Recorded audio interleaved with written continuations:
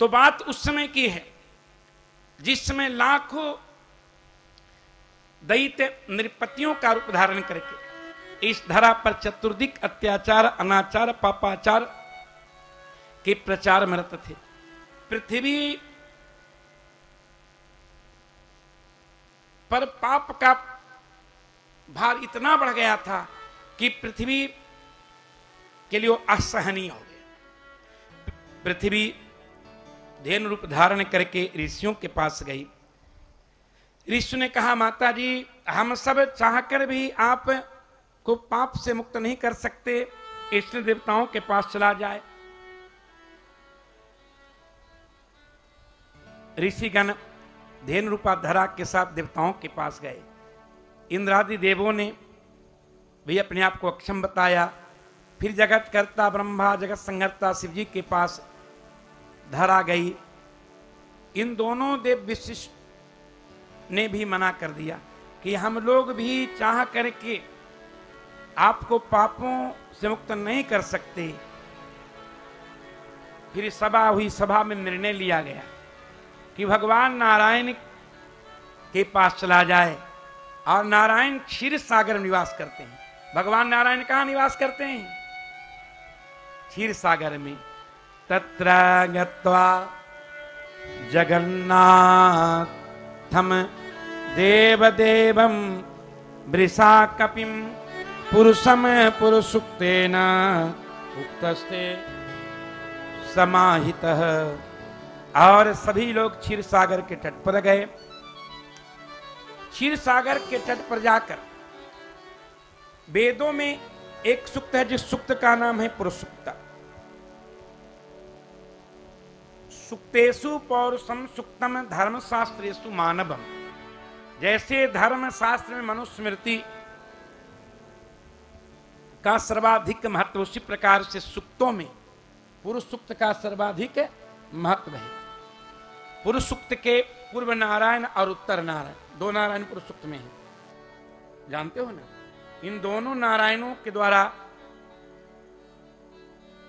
मां वसुंधरा, समस्त ऋषिगण, देवगण, जगतकर्ता ब्रह्मा और शंकर जी भगवान की स्तुति करने लगे। स्तुति करते करते ब्रह्मा जी समाधिस्थ हो गए। ब्रह्मा जी की समाधि लग गई और समाधि अवस्था में श्री ब्रह्मा जी जो परम भागवत हैं, जो भागवत धर्म के रहस्य को जानते हैं, उन्हें भगवान की वाणी सुनाई पड़ी। रामावतार में ऐसा नहीं हुआ था। रामावतार में दशरथ जी के यज्ञ में समस्त देवगण उपस्थित हैं, भगवान विष्णु उपस्थित हुए और भगवान विष्णु से समस्त ऋषि महर्षियों के साथ देवताओं ने निवेदन किया और भगवान ने स्वीकृति दी। पर कृष्णावतार के पूर्व स्तुति करते हुए ब्रह्मा जी समाधिस्थ हुए हैं। अगिरम समाधो गगने समीरिता निशम्य वेदा तिरसानुवाच गाम पौरुषम में श्रुता मरा पुनर् विधीयता मासु तरिमाचिरम। ब्रह्मा जी को आकाशवाणी सुनाई पड़ी। ब्रह्मा जी की समाधि टूटी। ब्रह्मा जी ने जो आकाशवाणी सुनी थी, सभा में उपस्थित जगत संहर्ता शिव जी, देवेंद्र, वरुण, कुबेर आदि देवों के साथ समस्त ऋषि गण और धरा को संबोधित करते हुए कहा कि हे सभा में उपस्थित धेनु रूपी धरा, समस्त ऋषि गण, देवगण, मैंने अभी अभी समाधि अवस्था में श्री ठाकुर जी की वाणी सुनी है। आप सबों के दुख से भगवान अवगत हैं, इसलिए भगवान कुछ दिन पश्चात धरा पर अवतार ग्रहण करेंगे। आप लोग कहेंगे कि श्री ठाकुर जी धरा पर कहां अवतार ग्रहण करेंगे? वसुदेव गृहे साक्षात भगवान पुरुष पर जनिष्य तत्प्रियार्थम संभवन्तु सुरस्त्रियः। वसुदेव गृहे साक्षात भगवान वसुदेव जी के गृह में अवतार ग्रहण करेंगे। ध्यान देना, यहां जिज्ञासा होती है कि आकाशवाणी में श्री ब्रह्मा जी ने श्री ठाकुर जी के श्रीमुख से वसुदेव गृह में अवतरण की बात सुनी, पर ठाकुर जी वसुदेव जी के गृह में अवतरण यानी अवतार ग्रहण नहीं करके कंस के कारागृह में अवतार ग्रहण किए। श्री ठाकुर जी का अवतार कहाँ हुआ था? कोई आपसे पूछे ठाकुर जी का अवतार कहाँ हुआ था, मैं एक एक श्लोकों पर यदि व्याख्यान दूंगा तो एक अध्याय में काफी समय लग जाएगा। इस पर बल्लभाचार्य की शोधनी टीका में विशेष भाव दिखाया गया है। कंस के कारागृह में पर ब्रह्मा जी कह रहे हैं कि वसुदेव गृह साक्षात भगवान पुरुष परः, प्रकृति से विलक्षण जो खड ऐश्वर्य संपन्न भगवान हैं वो वसुदेव जी के गृह में जन्म लेंगे। गृह का अर्थ होता है जहां गृहिणी के साथ निवास किया जाए। तो श्री वसुदेव जी अपनी गृहिणी, उनकी गृहिणी का क्या नाम था?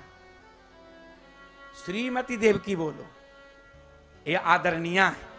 श्रीमती देवकी के साथ निवास कर रहे थे, इसलिए उनका गृह हो गया कंस का कारागृह। जहां गृहिणी के साथ निवास किया जाता वही गृह होता है। जहां गृहिणी के साथ निवास नहीं किया जाता वह गृह नहीं होता, चाहे सोना चांदी कहीं क्यों बनाना रहे। महात्माओं के आश्रम को कोई गृह कहता है कि अमुक संत का गृह है, कहता है विनोद बाबू? ये संत जी का आश्रम है। और संत जी से पूछो महाराज जी एक किनका आश्रम है, तो संत नहीं कहते कि मेरा, ये ठाकुर जी का आश्रम है। किसका? ये मोबाइल किसका? ठाकुर जी का। ये माला किसका? ठाकुर जी का। अब आप गृहस्थी से पूछा जाता है पत्नी किसके, तो मेरी है, बेटा मेरा है, ये फ्लैट मेरा है। क्यों? तो जहां गृहिणी के साथ निवास किया जाए उसे गृह कहते हैं। और वसुदेव जी अपनी गृहिणी श्रीमती देवकी जी के साथ कंस के कारागृह में निवास कर रहे थे, इसलिए वसुदेव गृह शब्द का व्यवहार किया गया। और केवल वसुदेव जी के गृह में ठाकुर जी अवतार नहीं ग्रहण करेंगे। जनिष्य तत्प्रियार्थम, यहां तत्प्रिया का दो अर्थ है। तत्प्रियार्थम, तत्प्रिया यानी भगवत प्रिया। भगवत प्रिया कौन? श्री राधा। तत्प्रियार्थम यानी भगवान तत् क्या है? सर्वनाम। तत्प्रियार्थम यानी भगवान के प्रिय कार्य करने के लिए संभवंतु सुरस्त्रियः, ये देवांगनाएं भी जन्म ग्रहण करेगी। दो अर्थ किया गया। अबासुदेव कलानंतः सहस्र बदन स्वराट अग्रतो भविता देवो हरे प्रिय चिकित्सया। और भगवान की प्रसन्नता के लिए, भगवान के प्रिय कार्य करने के लिए भगवान के ही अंश श्री शेष जी भगवान से पहले अवतार ग्रहण करेंगे। अब भगवान से पहले श्री बलदाऊ जी का अवतार हुआ। वासुदेव कलानंतः सहस्र बदन स्वराट, जो सहस्र बदन यानी मुखों से युक्त हैं वे अवतार ग्रहण करेंगे। और केवल भगवान ही अवतार ग्रहण नहीं करेंगे, उनकी प्रिया राधा रानी ही नहीं आएंगी, देवांगनाएं ही नहीं आएंगी, उनके अग्रज बलदाऊ जी ही का अवतार नहीं होगा। विष्णुर माया भगवती यया सम्मोहितम जगत, भगवान की जो अचिंत्या शक्ति है, योग माया है, वे भी अवतार ग्रहण करेंगी। और योग माया का अवतार विंध्याचल वाली देवी के रूप में हुआ है। ये विंध्याचल वाली देवी कौन है? कौन है? यशोदा जी की क्या है? पुत्री हैं। ये वैष्णवी देवी है। बोले भक्त वत्सल भगवान की। इस प्रकार से ब्रह्मा जी सबको आश्वस्त करके अपने लोग गए, देवता देवलोक आए, ये धेनु की धरा स्वलोक आई।